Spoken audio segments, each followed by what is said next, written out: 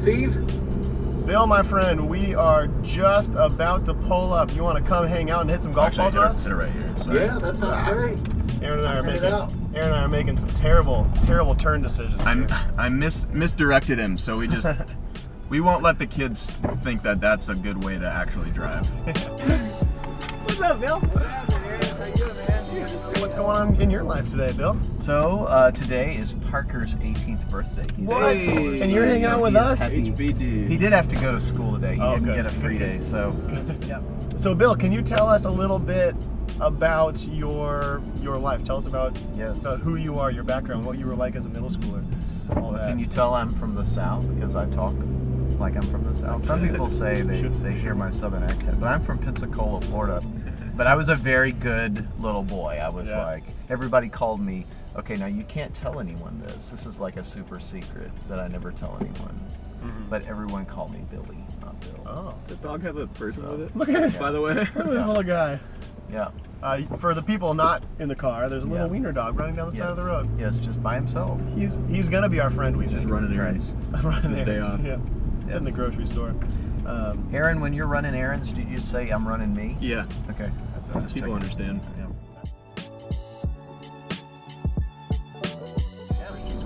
Yeah. Were there any specific faith moments where you can look back on it and remember your faith becoming more real or making it more your own?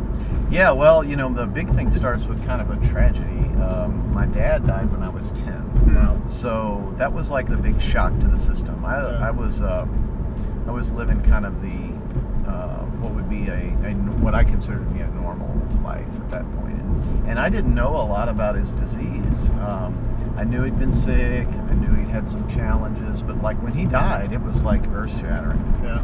So that's really when the first big thing that happened is two uncles that were sort of on the edge of my life stepped in and became father figures for me. And then the church really surrounded me. So Billiam. Do people call you Billiam? No. Ever? No. I think Billy is what we just learned. That's not. Was the moniker. Yeah. Would you describe what your faith looked like in middle school and high school? You mentioned a little bit in high school that it became your own faith, and that was something that I think we talk to our high schoolers a lot about in Christ churches. How do we make this not your parents' faith, but something that you profess? Yeah, but personal. So give us a little sense of what. Yeah. Your faith was like. So probably if you just kind of shadowed me. Number one, I love just memorizing scripture. That was something that I got into, made little note cards. Second was I was a journaler. I still am a journaler. I love to take notes on stuff and write things down. And so, when I'd go to church, I'd take notes and listen to what the youth pastor said. And, when I hear you guys teach, that's what I love to hear. Listen to what God's speaking to you, because that brings back good memories. And I'll tell you, one of the interesting things about my spiritual life is my mom had a lot of help from the church. So she had, since she was a single mom at that point and decided not to remarry, we had like this little village. It takes a church to raise a Christian. So we had people our church had a big Wednesday night meal program, so they would sort of alternate. And I'm sure they had this all planned out, but to me it just seemed like life.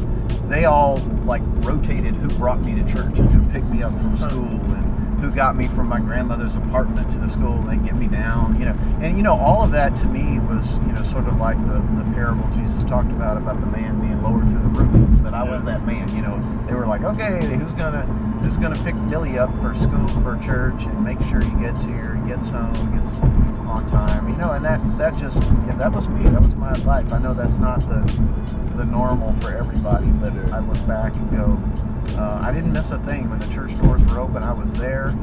At home, I read the Bible. I prayed. I felt guilty if I didn't pray.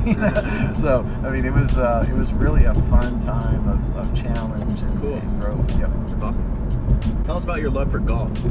So my dad taught me how to play golf. One of the things that I still remember well from my childhood with him, and that was a special thing, a special memory, and so I've carried that forward. I don't play well. I play enough to play and have a good time, and then I've taught my boys how to play, and sort of they're Parker is much better than I am because he played on a middle school golf team. Oh, cool. And then Drake has picked it up. So that's just a fun. So. Well, we'll see today how good you are. We're Yeah, about to go hit some balls. yeah, so right. Okay. Yeah. We'll show you guys how good Bill really is. Sure. Okay. All Let's right. do it. Let's do it.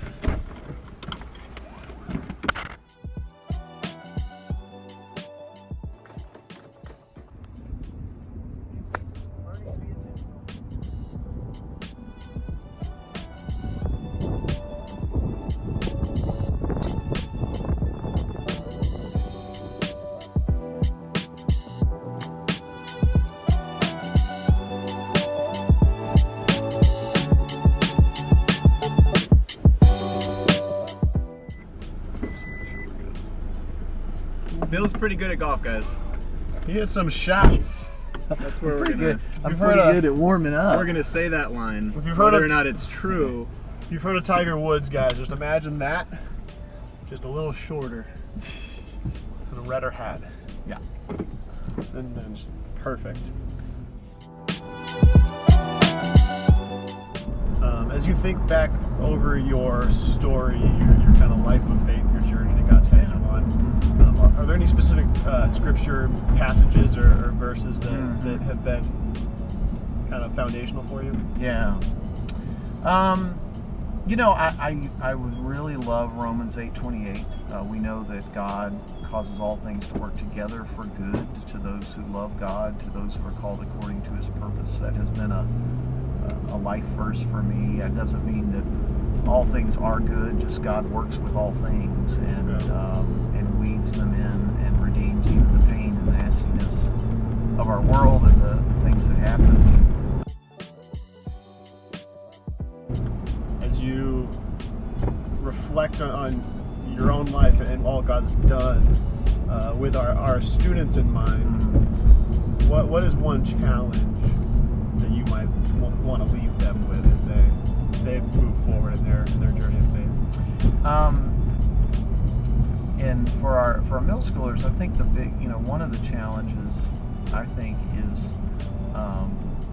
to get comfortable with creating a routine life of faith in the same way you brush your teeth and put on your clothes and comb your hair, realizing that the routine of faith is so critical and so key. I mean, the heroes you read about in the Bible, Abraham and Isaac and Jacob and Ruth and Mary and Naomi and Huldah, and these people did it every day. They, it wasn't like all of a sudden an angel came out of nowhere and said to Mary, "You're going to give birth to the God's son."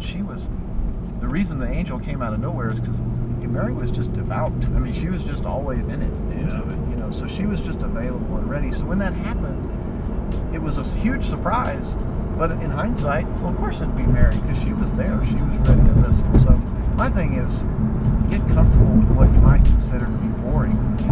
Be in church every week. Ask your parents to make sure that you don't miss cow. So with high schoolers, middle school doesn't have this as much, but I think in high school there's a tendency about 10th grade, 11th grade, everybody asks you the big where, what, why, and how. Where are you going to college? How are your grades? What are you doing? What's your SAT scores? And all of those are very interesting questions that are important to parents and important to jobs, but are not the most important questions of life. And so what I would strongly encourage you to do is, if you don't have it all mapped out, that's good. And if your grades aren't as good as everyone else's, that's okay. Your worth and identity are based on how Christ called you and made you, and that is, He said you were very good.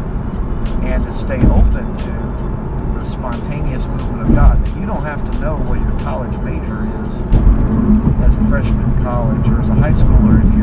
If you're coming up in October of your freshman year and you're still thinking about what college am I going to go to, or if I'm going to college, that is fine. Because there are a lot of people who do know, but there are a lot of people who don't. And not knowing is a great space for the Spirit of God to move in your life. Now I haven't found anybody in the Bible who where the Spirit moved and they knew ahead of time what was about to happen. You know, there has to be a mystery, and if your life isn't quite following the same path as the person next to you, that's okay. God's going to get you where He wants you to go. It's a matter of being open, available, vulnerable to, you know, so pay attention to where way closes behind you, and then you'll see more clearly where the way is opening in front of you. And so pay attention to when things don't work out. And in my case, I knew that I wasn't going to be a very good athlete or tennis player or anything like that. Yeah. But pay attention to your failures, because then you can turn around and see where the way, truth, and life, Jesus Himself, is opening up a path for you to live for Him. That's a good word. Phil, thank you so much for doing this. Thank you guys. It was a joy to spend the morning with you. It's fun.